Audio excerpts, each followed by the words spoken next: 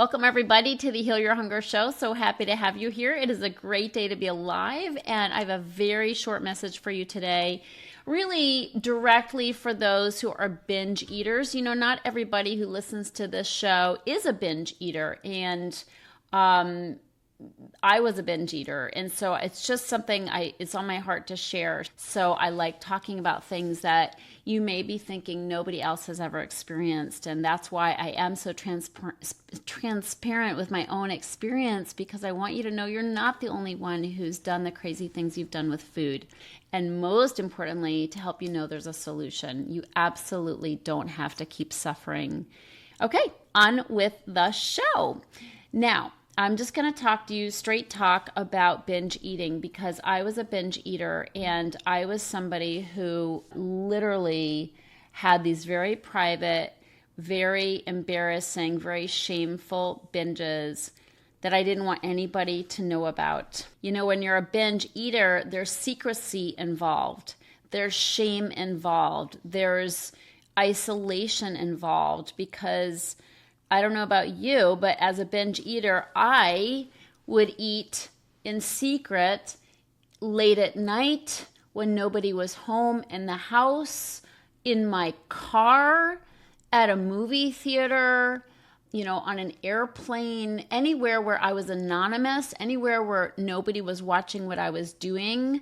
Even though you're on an airplane, I mean, I've binged on an airplane, nobody cares. Like, everybody's, you know, reading their book or listening to, you know, their earphones or watching a movie, and I would have a bag of binge foods and I would binge on a plane. Horrible experience. You know, and so the isolation and the shame and the loneliness of binging in secret alone, again, compounds the problem and makes it even worse. Makes it even more lonely. Of course, I wanted to be alone because I wanted to eat how I wanted to eat, right? Like, leave me alone.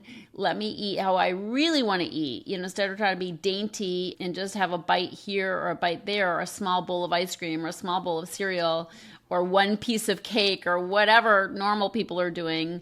You know, I do that just so I looked normal. But what I really wanted to do is get alone with my binge foods. Ice cream, my faves were, you know, sugar and carbs, right? Bread, ice cream, pasta, macaroni and cheese, cinnamon toast, chips, potato chips, you know, cake, cookies, Cliff Bars, what else?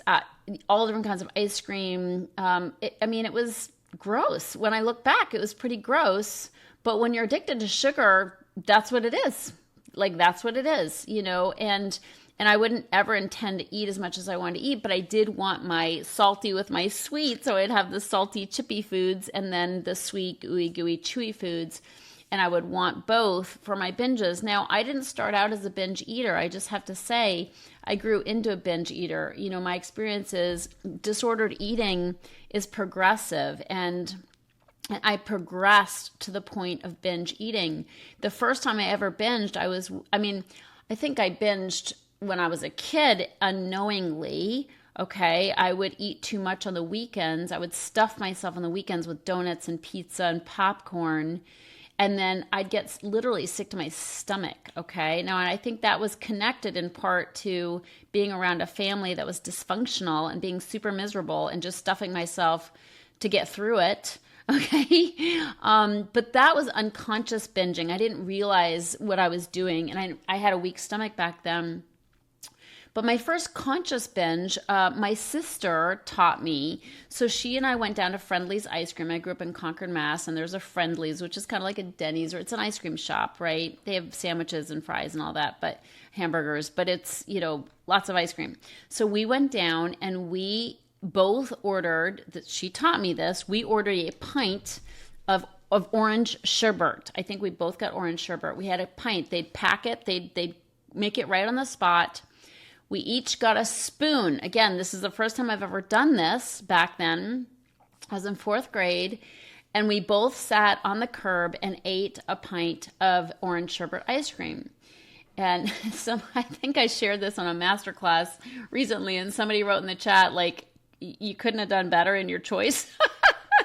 And yes, the answer to that is, yeah, if I were to do it again, it'd probably be like fudge swirl or chocolate mountain, whatever, chunky monkey, I don't know what. But anyway, it was orange sherbet. But the point is that was a conscious binge. Like she and I both sat, we both had a pint of ice cream, we took the lid off, and we ate the whole thing. She was a binge eater. She taught me that, and I was off to the races. I I didn't know you could just buy a big bunch of food and eat it. Like, even though I'd done it, it wasn't as conscious as that. So I was off to the races. And from that point on, I would do that. I'd buy a pint of ice cream and eat it. But then my binges grew. Again, salty with the sweet, cake with the ice cream, and then the chips and whatever. So that's how it went for me. Probably the worst was when after I had been like in 12-step programs for food, and after I knew like there was a place I could go, it made my binges worse. I don't know if you've had that experience, but somehow because I could always go back there when I would binge, it would get more violent, more extreme, and last longer. So once it was sort of like, oh, there's somewhere I can go to get patched up, right? When I'm done, I'll go back there. It gave me license to binge, and maybe because I'd heard all the binging stories at those meetings as well. I don't know, but it was worse, and it was more severe, and it was darker, and I would fall down this dark hole. So the binging was progressive. It got progressively worse and actually scary, and one of the worst things was driving around in the car binging. So I did binging and driving because, again, I could be alone. Nobody could see what I was doing. I'd be listening to like talk radio or something on the radio. I'd drive around. I'd be putting my hand in the bag or the box as I was driving. It was very dangerous. I'd eat ice cream, with my holding the wheel with my knee so I could get another spoonful of ice cream. So I binged and drove, and then I did that again so I could be alone. Nobody could bother me. Nobody would see me. Oh, so lonely, so scary. And sometimes I would so let me finish that. So I'd do that, and then I'd throw away the remains of everything I'd eaten and then go home as if nothing had happened. Have you ever done that? Yeah. And it's, living that double life as a binge eater is really horrifying because you're lying to everybody. You're lying to yourself. You're lying to everybody else. And the other thing is I'd go out late at night and get binge foods. So I'd go out to 24-hour to grocery stores that are open 24 hours or open late, 12 p.m., 1 a.m. And I would get binge foods before they closed, if they closed, and bring them home and binge. That's when I was living alone or when it was late at night and nobody knew. But it was scary. I'd go out late at night to get binge foods, and I'd be walking through the parking lot, a dark parking lot, and it wasn't safe. I'd be in a city and it wouldn't be safe. And so, but I would do that because I had to get my foods. I had to get my food. And I couldn't wait till morning. When I was in that mode, when I was addicted to the sugar and the carbs, I had to have it. It's awful. I don't think everybody knows this, or maybe not everybody binges this way. And if this isn't how you ate, I'm so glad. It doesn't mean you're not an emotional eater. It just means maybe you're not a binge eater, but you can still be an emotional eater even if you're just eating too much at meals or snacking between meals. But for me, I was a violent eater. I ate in binge quantity, large quantities of food, like 2,000, 3,000 calories. Then I'd feel so disgusting. If you ever watched my TedX talk, I described this. You get so full, and then you throw away the rest of the food because you're like, that's so gross. I'm never, like, you lose your desire for those foods in the moment. And so you're like, I'm never eating that again. And I'd throw it out. And then I'd go back and get it later. If I knew there were cookies in the trash and I woke up in the morning, I'd be like, I don't want those cookies to go to waste.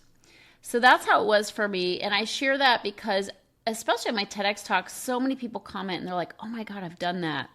And I just want to kind of, take away the shame, take away the stigma of binge eating.